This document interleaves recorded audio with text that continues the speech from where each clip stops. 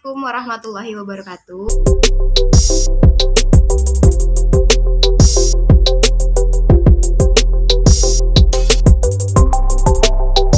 Saya Miftahul Janah. Saya perwakilan dari kelompok 6 sebagai moderator.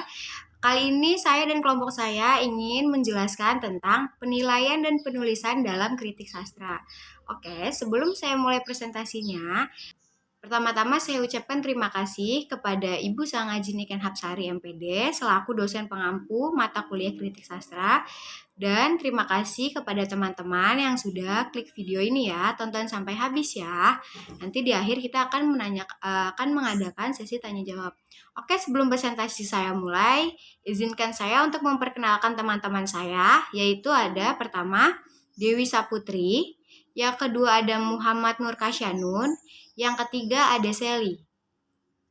Oke, slide selanjutnya akan dibacakan oleh teman saya. Peta konsep yaitu penilaian kritik sastra, kriteria penilaian karya sastra, cara penilaian karya sastra, langkah-langkah penulisan kritik. Bismillahirrahmanirrahim. Saya Muhammad Nur Kasyanun. Di sini saya akan menjelaskan penilaian kritik sastra. Kritik sastra berasal dari dua kata. Kata kritik berasal dari bahasa Yunani yaitu krites yang memiliki arti hakim. Kata krites berasal dari kata krinen yang memiliki arti menghakimi. Sementara itu, ada kata kriterion di dalam krites yang memiliki arti dasar penghakiman. Ada juga dalam bahasa Yunani yaitu kritikos yang memiliki arti hakim kesusastraan. Di dalam hal ini, kritik sastra berasal dari kata kritikos yang memiliki arti hakim kesusastraan, yang artinya kritik sastra tersebut adalah suatu objek studi sastra atau cabang ilmu sastra yang melakukan kegiatan analisis, penafsiran, dan penilaian terhadap teks sastra yang dimana dalam hal ini merupakan karya seni. Saya Dewi Saputri. Di sini saya akan melanjutkan tentang materi penilaian dalam kritik sastra.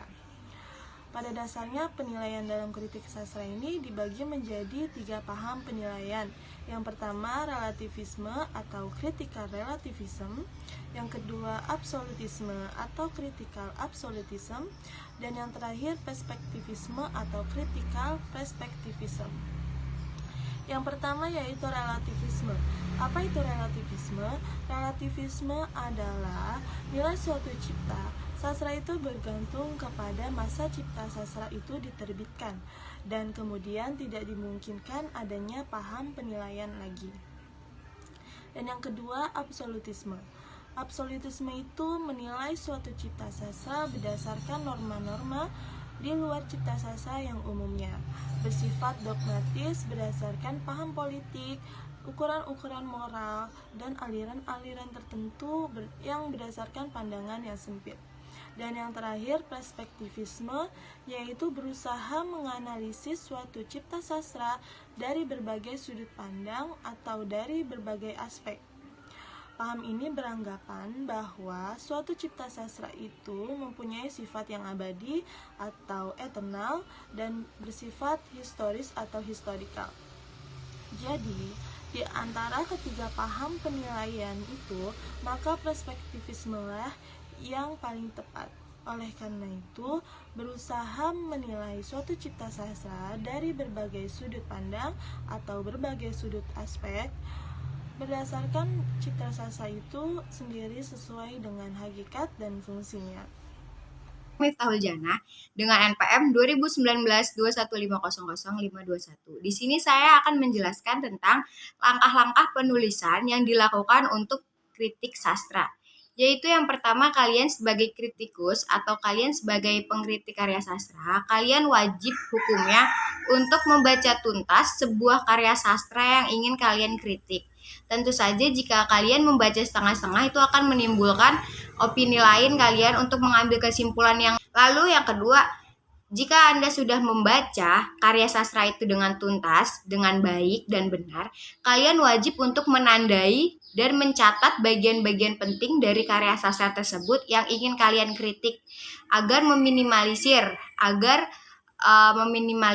kesalahan-kesalahan atau kesalahan kalian, ketidaktelitian kalian. Jadi kalian harus menandai dan mencatat bagian-bagian yang penting dari karya sastra yang ingin kalian kritik. Lalu yang ketiga ada baca kembali karya sastra yang akan kalian kritik. Setelah kalian menandai dan mencatat hal-hal yang penting atau bagian-bagian karya sastra yang ingin kalian kritik, kalian wajib untuk membaca kembali bagian apa saja yang ingin kalian kritik, entah gaya bahasanya atau alurnya atau masih banyak lagi hal-hal yang kalian ingin kritik di dalam karya tersebut.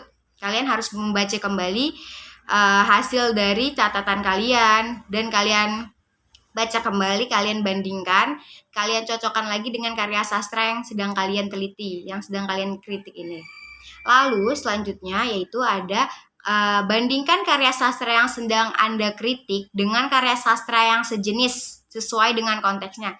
Di sini kalian jika ingin mengkritik suatu karya sastra, jika kalian mengkritik suatu karya sastra beralur maju, maju mundur maksud saya, kalian juga harus mencari karya sastra yang sejenis dengan tahun karya sastra tersebut dilahirkan, mungkin dengan temanya yang diangkat, dengan gaya bahasanya. Kalian harus membandingkan karya tersebut dengan karya yang sejenis. Lalu susunlah kritik sastra yang sudah kritik sastra dalam bentuk deskripsi, interpretasi, analisis, dan evaluasi. Selanjutnya, yang terakhir yaitu kutiplah teks karya sastra yang dikritik sebagai data dan alat untuk bukti kalian. Oke, itu saja yang dapat saya bagikan. Kesimpulannya adalah sebuah penilaian dalam suatu karya sastra berarti memberi nilai dan membandingkan antara karya satu dengan karya yang lainnya.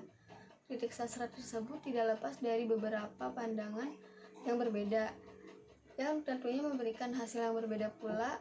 Meskipun karya sastra dinilai adalah karya sastra yang sama, dengan demikian dalam sebuah kritik sastra di dalamnya terdapat suatu kegiatan menilai yang mengartikan bahwa karya sastra itu merupakan karya seni yang memiliki nilai estetik di dalamnya.